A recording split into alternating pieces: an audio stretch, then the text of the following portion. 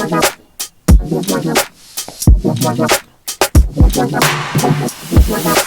guys, what's up? Welcome to another episode. This is my second episode on this channel, and today I'm doing something that I was actually kind of the reason why I was inspired to do a separate photography channel, and I'm reviewing my first ever 35mm film photos.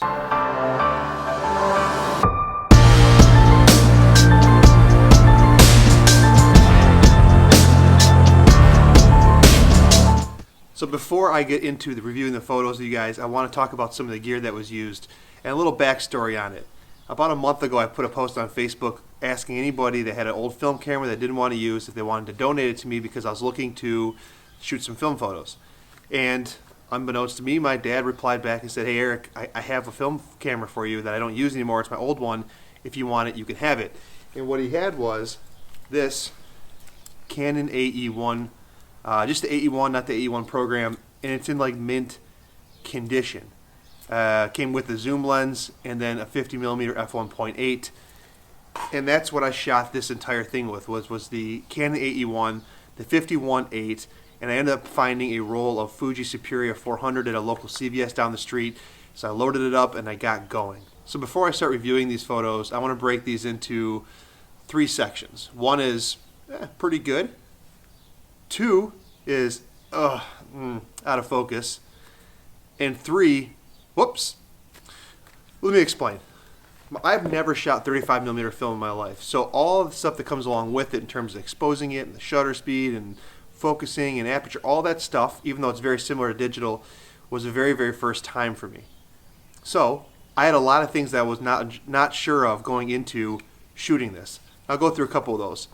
The first one is focusing. Looking through the lens of these guys, these Canon FD mounts, there's like this little circle in the middle, and when in this circle there's like two halves, and when the two halves are apart it's out of focus, and when it's together they're in focus. It's a pretty simple concept, but that gets a little bit more difficult when somebody's moving really fast or you're trying to track a moving subject, or if you're focusing on something that doesn't have a defined line that's split that you can put together. So going through the shooting of this roll of film, I wasn't sure if I was in focus for a lot of these, and as I alluded to earlier, you're going to see a bunch of these photos that are out of focus.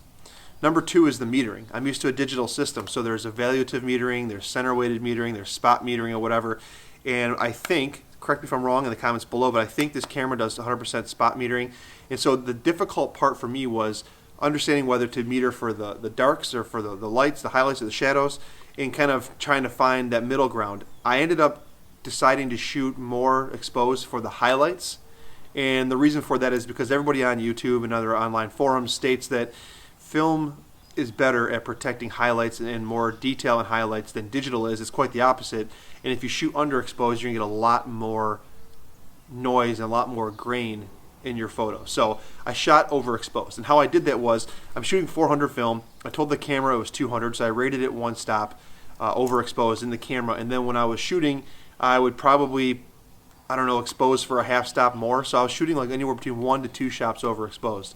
I think this was a mistake, and then for all you film experts, you might be commenting below going, "Yeah, dude, that's not the way to do this." But that's what I did, and I think it was a mistake. So that was something I was interested in. The next thing is I made a mistake, and I'll explain to you guys at the end. I was really curious to see how my mistake would turn out in this camera when I got the film back. So yeah, let's get into it.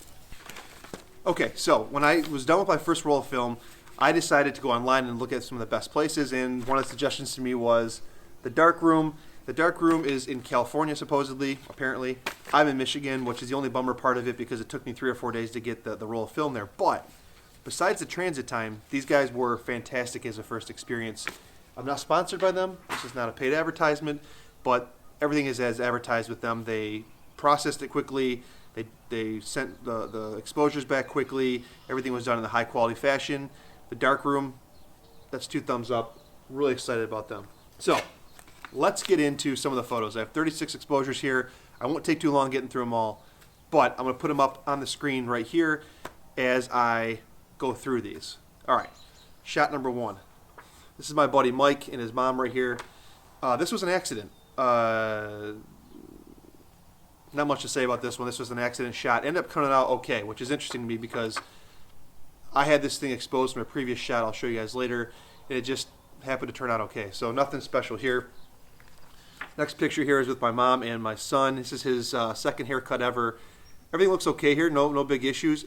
You'll see in some of these photos that the color is a little better than others, and I'm thinking that's because I lose some color saturation when I overexpose. And so maybe that's one of the problems with overexposing. See, third photo here is the night shot of Bookie's Bar and Grill down in Detroit. Anybody that's local knows what this is. I wasn't sure how these night shots would turn out. I have another one here in a minute. But exposing for night in film is kind of tough. You can't really see through the viewfinder what you're looking at. So I was really curious. But the film did a pretty good job holding this. I would say it's out of focus a little blurry, or maybe the shutter speed was too slow. But overall, not bad. See, next shot here, I wanted to shoot a silhouette. This is one of the photos I was talking about. That's one of those high contrast situations and how to meter. I metered for the windows, left these guys in a silhouette, and it's exactly how I wanted it to turn out. Not a great photo necessarily, but it's exactly what I was looking for. I was trying to figure out how to shoot this thing. So that's encouraging. I did something right. Let's see, next photo is my wife and daughter. They're just doing hair in the bathroom. I want to kind of capture a moment. Nothing special here. Again, little loss of color detail. I think it's a little overexposed. This is my brother and his kids. Same situation, a little overexposed. I'll go through some of these. These next two shots here are a little interesting. So I shot these in a very dark situation. It's my brother's birthday. There's a cake in front of him, and I exposed for his face. And the meter reading was telling me I had to be at such a slow shutter speed. I didn't shake, so the clarity is okay, but the film looks a little washed out. And the second picture here holds a little bit more color detail, but it's a little bit more underexposed. So that's interesting why this happened. And the same thing happens here on this next one. It's my son. He's in his diaper with my mother-in-law. It looks kind of washed out. Everything seems to be in focus enough, but it seems to be washed out. And I'm not sure if that's because I underexposed it, and when they developed it, they pushed it to bring in the detail. I don't know. If anybody knows why this happens, please comment below. Why some of them, and I'll show you the next one, some of them lose some of that color pop compared to like this one here of my son crying. This is one of my favorite photos. My son here, he wants me to pick him up, put him on the bed. I think the color looks great in this. I'm really happy with this one, and I don't know what I did differently here compared to the previous ones. Let me skip through a few more here. I got a few more of my son. Let me show you this one here. So a little shameless plug. This is a guy named Josh York in Detroit. He makes clothes locally, and then every month, based on his proceeds, he gives back to the homeless. He's a great guy. He doesn't even know I'm doing this. I'll link his stuff below. So if you guys are in Detroit and want to buy local made clothing, like actually locally made in Corktown, Detroit, I believe it's Corktown, check this guy out, Josh York. This is my first shot I took on the entire roll of film, and yeah, I mean, color detail is lacking a little bit. The sharpness is lacking a little bit. Same thing here. It was kind of a high contrast situation. Maybe I underexposed it too much and the lab had to bring it back. I don't know. Help me out below, guys. Okay, this one I'm actually really happy with. The framing composition's off a little bit. It's crooked. That's my mistake. But I love the way Fujifilm 400 has this like real vintage, creamy look to it. I don't know what you'd call it, but it just has this awesome color tone. I actually love the way this looks. It looks really, really cool and retro to me. I'm into it. I'm in love with the film. It looks great. This is just kind of a street photography, streetscape, architectural type thing in Detroit. But that one turned out pretty well. Great Lakes Roasting Company. I'll go past that. Great coffee shop in Detroit, by the way. This one's inside a hotel called the Apparatus Room. This one turned out really well. Again, darker situation, a lot of dark and light spots, high contrast. I exposed for this one, I think, properly, and you can tell the color and the detail comes out a lot better. So I got to figure out what I did differently in the metering situation to fix that. Got my daughter here. Again, I think it's a good photo in general, but color details, the color depth is lacking a little bit. I think same thing here. I underexposed it, and maybe the lab had to bring it back. That's my assumption. I don't know. So let's talk about the color detail one, because here's the opposite effect. I think I nailed this one in exposure. Let me show you guys. This is a portrait of my buddy Mikey. Mike, sorry buddy, you're on YouTube. Hope you don't mind. I love this photo. The bokeh is really, really awesome. The color tones are amazing. The color detail, I think this photo turned out really, really well. and I think it has to do with the exposure. So if anybody knows, let me know in the comments below. I got a couple here of my kid. He's copying Dad right here. Same situation. I think I exposed for it well. The colors look great. Everything looks amazing. I'm really happy with this. So one of the shots I took that I was really curious to see how it turned out was kind of a street photography shot. This was walking out of Little Caesars Arena after a Red Wings game. This guy plays the drums outside all day. You know that once you put money in his little can. I quickly pulled this up and shot. I kind of pre-exposed, and then I walked up and just fired away. He obviously saw I was doing it. He looked right at me and gave me a little something. It turned out okay. So for street photography, I have some hope. I'll talk about that here at the end of the video. I got something for street photography going on, but it turned out great. Inside Little Caesars Arena, everything was exposed great here. Color detail looks good in my opinion. So that was the good photos. I tried to run through those real quick so you guys can get too bored. Those were the good photos. I think I did things fairly well there. Maybe some slight underexposure that'd be brought back, or maybe some slight overexposure, but they were decent. Now it comes to the out of focus ones. These photos, I'll go through these real quick. My daughter, my son again, my mother-in-law and my daughter, my son, this silhouette of somebody sitting at the coffee shop, my son again. All of these were out of focus. And to be honest with you, I didn't even know if I was out of focus or not. And so that's something I have to think about next time I do my next roll of film, is making sure I'm in focus. I don't know if they're in focus because I missed focus that badly, which might be the case, or because there was movement and the shutter speed was too slow to catch that motion. There was motion blur there.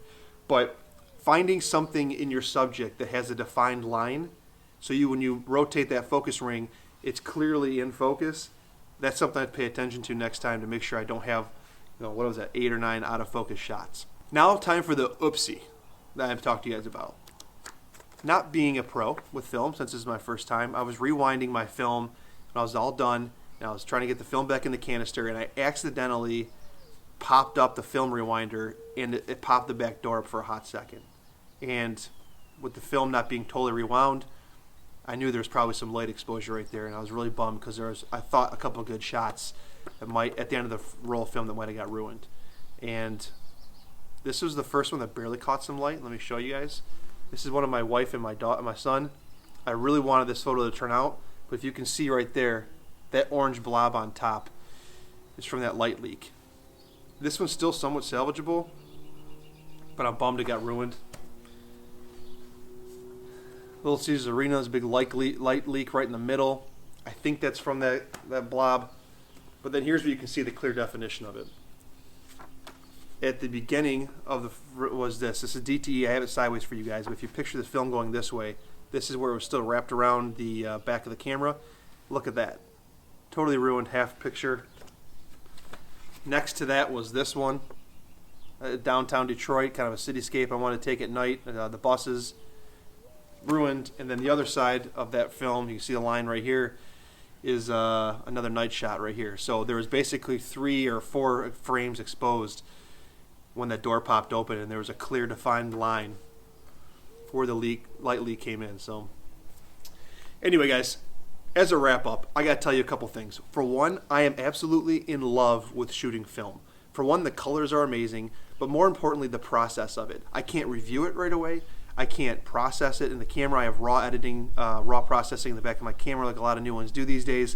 I can't send it out to Instagram right away. I can't do anything right away. So it literally makes me slow down and focus on just composing the shot and moving on. There's nothing I can do. Take the shot and move on. And having seen that first roll of film, I don't think I did that bad. I think I can do a lot better next time. It gives me a lot of hope. And so it's actually a lot of fun shooting with a camera like this that slows you down. You have to think about the exposure, the shutter speed, your focus ring, your aperture, everything in a very, very slow manner. You can't just spray and pray and let the camera do a lot of the work for you. Absolutely in love with it. The second thing is, I really like the way the Fujifilm looks. I think those colors are amazing. I wish I could get that back in post-processing. I'm sure I can somehow.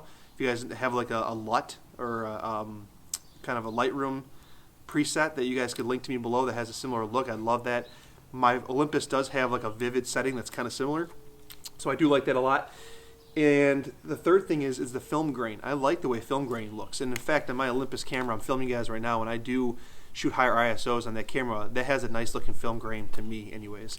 So that's kind of why I pick the cameras I do. But overall, this whole entire thing, this process was great.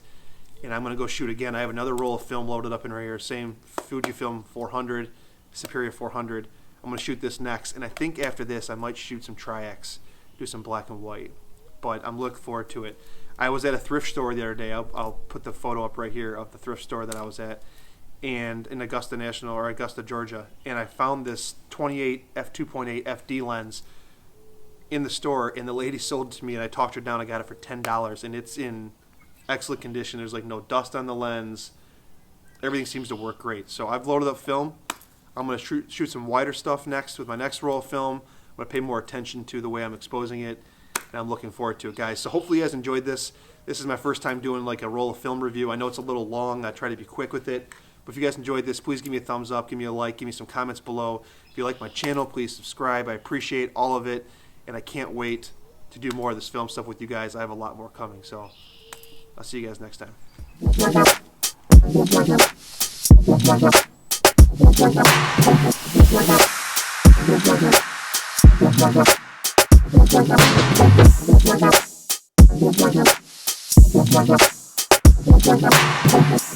back.